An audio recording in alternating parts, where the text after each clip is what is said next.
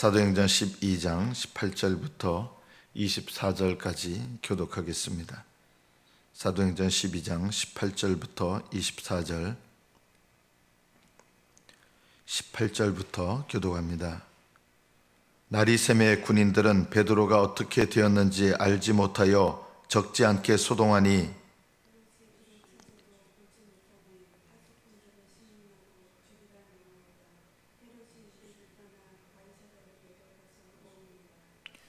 헤롯이 두로와 시돈 사람들을 대단히 노여워하니 그들의 지방이 왕국에서 나는 양식을 먹는 까닭에 한 마음으로 그에게 나와 왕의 침소 맡은 시나 블라스도를 설득하여 화목하기를 청한지라.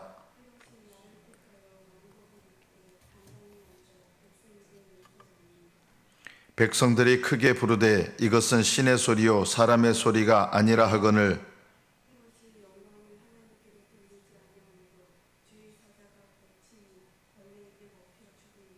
하나님의 말씀은 흥왕하여 더하더라. 여기까지 받들어 읽겠습니다.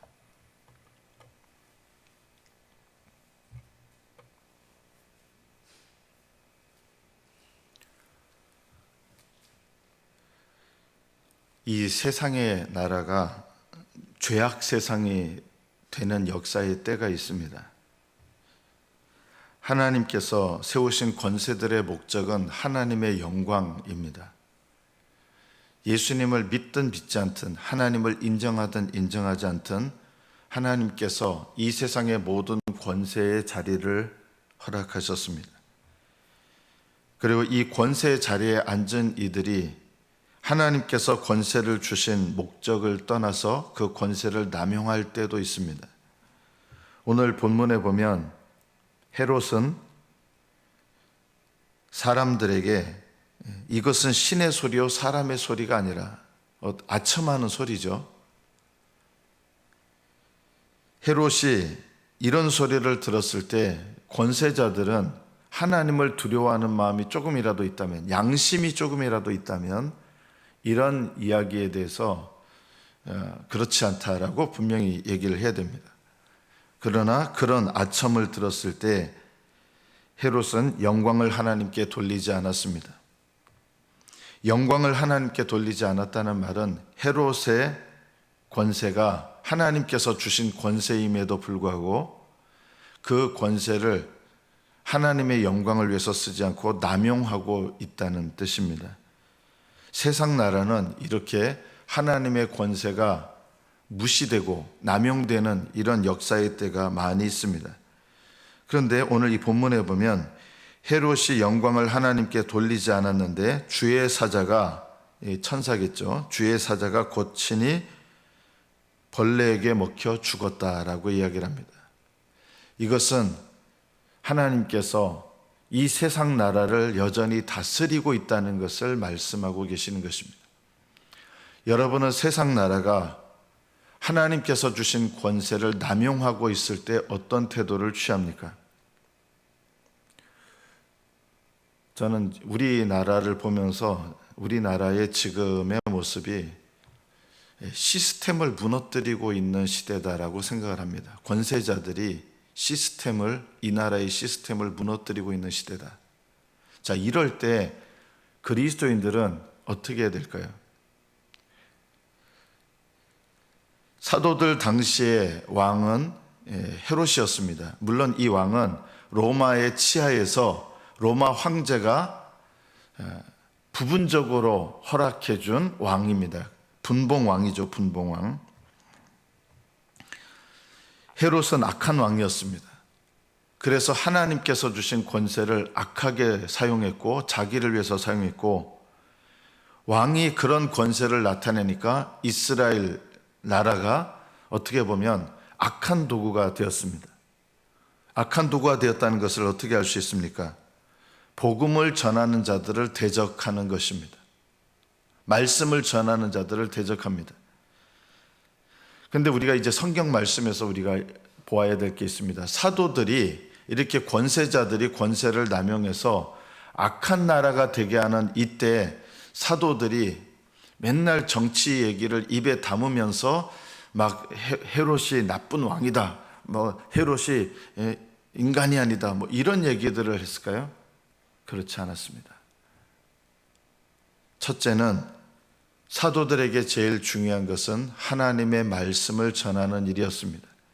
하나님의 말씀을 전하는 것은 헤롯이 나라를 잘못 다스려서 나라가 악한 나라, 악한 도구로 쓰이는 나라가 됐죠.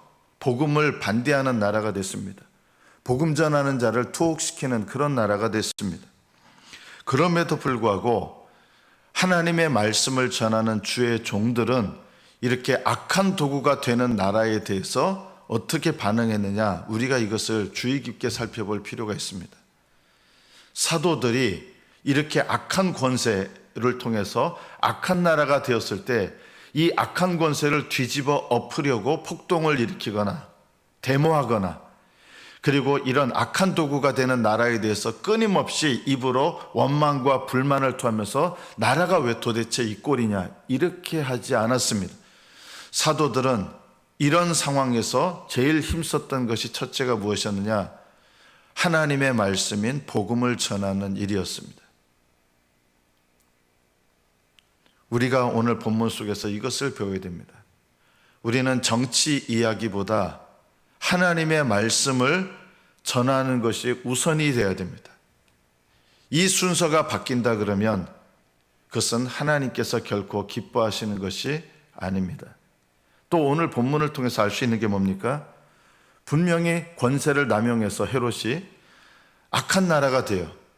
그런데 아무리 악한 나라가 돼도 하나님의 말씀을 전하는 것에 우선을 두고 하나님 말씀을 전하는 신실한 종들이 있을 때 하나님의 말씀은 더 흥왕하여 더하더라 그랬어요.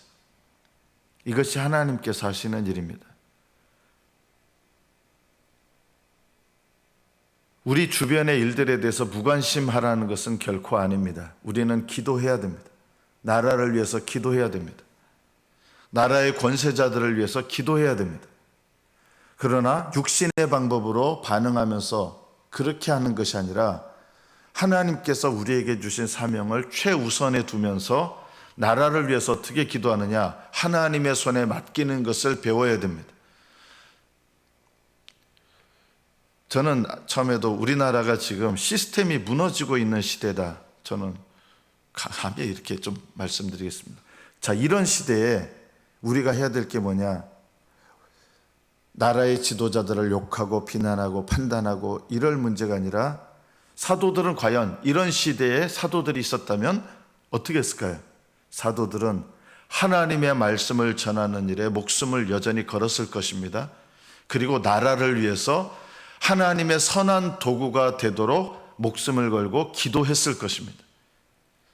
그래서 믿는 사람들이 취해야 될 가장 중요한 모습 중에 하나는 어떤 일에도 나라가 어떤 상황이냐 이것 때문에 원망하고 불평을 토하는 것이 아니라 오히려 이것을 놓고 하나님 앞에 올바르게 기도하는 것이 우선인 것입니다. 어떤 분들은 그럽니다. 기도만 한다고 끝나냐? 아닙니다. 여러분, 하나님께 기도하면 하나님께서 어떻게 하십니까?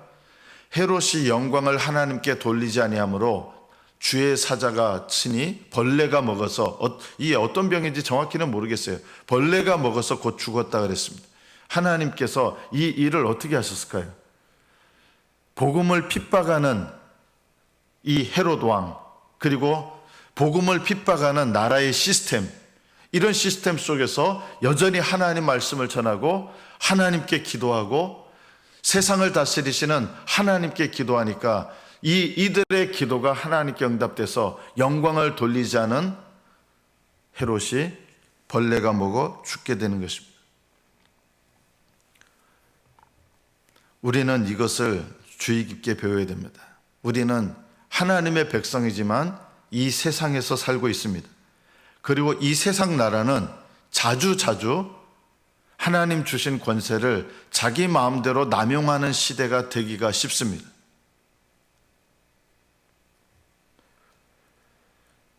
우리 가까운 중국을 예를 들면, 중국은 하나님께서 주신 권세를 공산주의 정권이 들어서서 핍박을 많이 했습니다.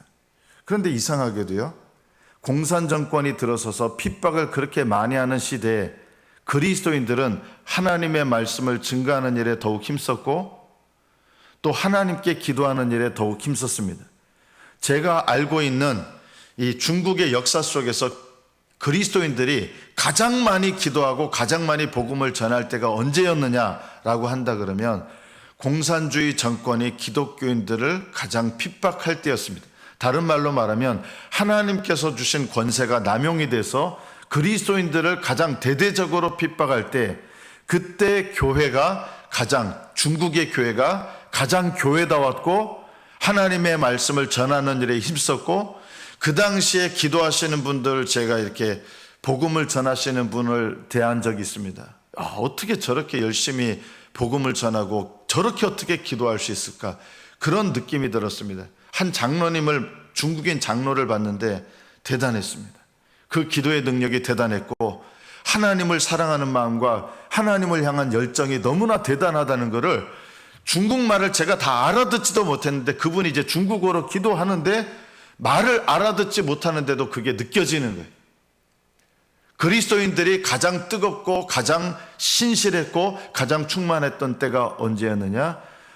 하나님께서 주신 권세를 남용해서 중국이 공산주의 정권이 들어섰을 때, 그래서 그 공산주의 정권이 기독교인들을 대대적으로 핍박하고 수많은 사람들이 예수님을 믿는다는 것 때문에 고통을 당하고 복음 전하면서 감옥에 투옥되고, 그럴 때가 그리스도인들의 믿음이 가장 뜨거웠고 복음의 역사가 나타났고, 그 당시 성령께서 어떻게 일하셨느냐?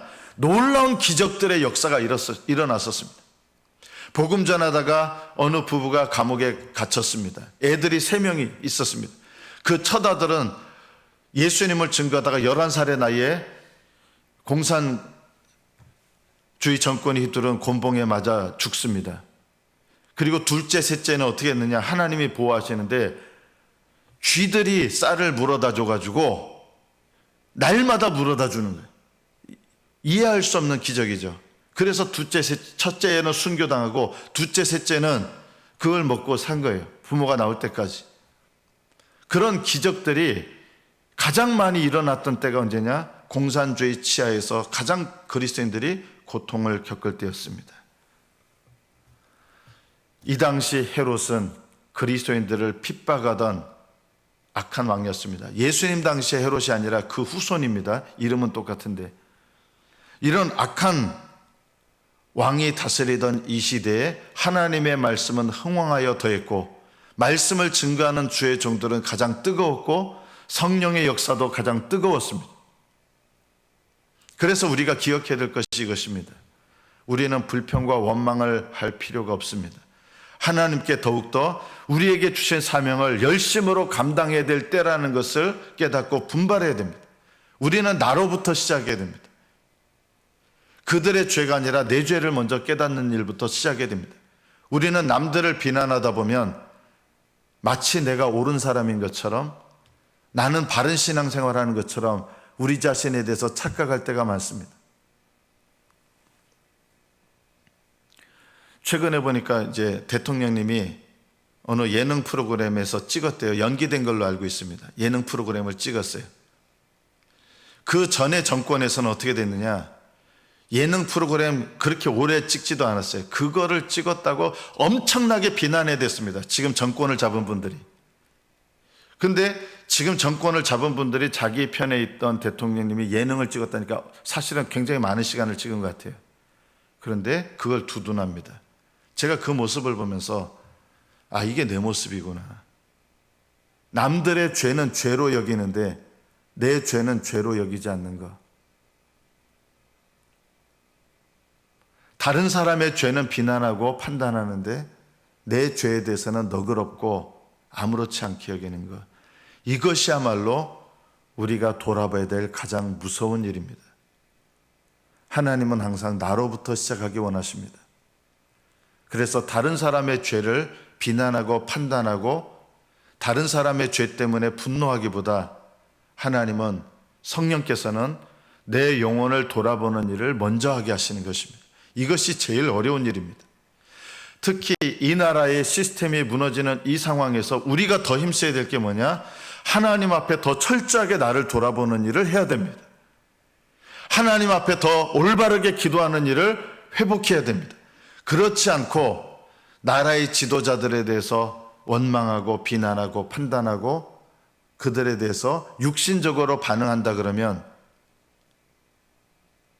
그것은 우리는 다른 사람의 죄를 잘못 읽는 것입니다. 다른 사람의 죄를 올바르게 읽고 해석하는 방법은 그것을 통해서 나로부터 시작하는 것입니다. 하나님 앞에 내 죄인됨을 깨닫고 나의 기도 생활을 돌아보고 나는 내 인생의 목적이 뭡니까? 오늘 헤롯이 하나님께서 권세를 주신 목적은 세상의 질서를 세우라고 칼을 주신 건데 그 칼을 가지고 엉뚱한 짓을 하는 거예요. 하나님께 영광을 돌리지 않고 자기가 영광을 취했습니다. 이런 걸 돌아보면서 우리 모습을 깨달아야 됩니다. 내 인생의 목적이 뭡니까? 행복하게 사는 겁니까? 많은 그리스도인들이 교회에 와서 행복해지려고 합니다. 하나님께서 이 땅에서 우리에게 주신 인생의 목적이 행복입니까? 더 행복해지는 겁니까? 행복해지면 예수님을 더 사랑합니까?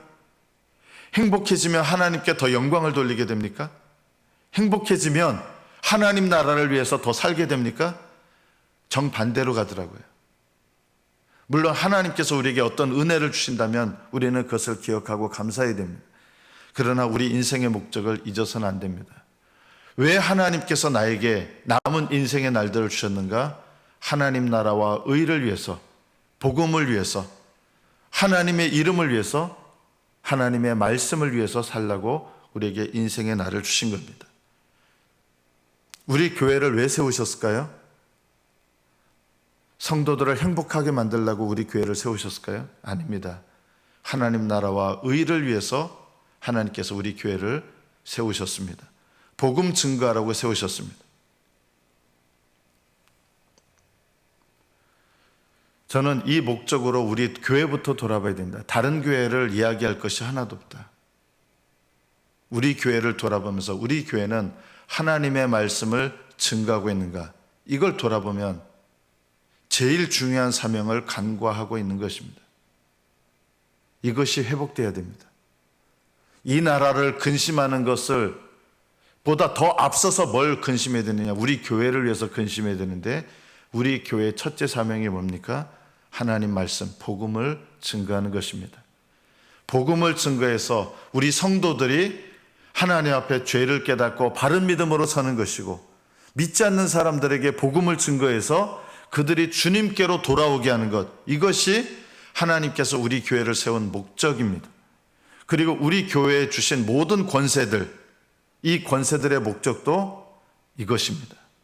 이 목적을 벗어나면 우리는 하나님께 영광 돌리고 있는 인생, 영광 돌리고 있는 교회가 아닌 것입니다. 헤롯이 영광을 하나님께 돌리지 아니하므로 주의 사자가 곧 쳤습니다. 우리는 하나님께서 당장에 치지 않기 때문에 이때는 왜 고쳤을까요? 왜 주의 사자가 헤롯을 고쳤을까요?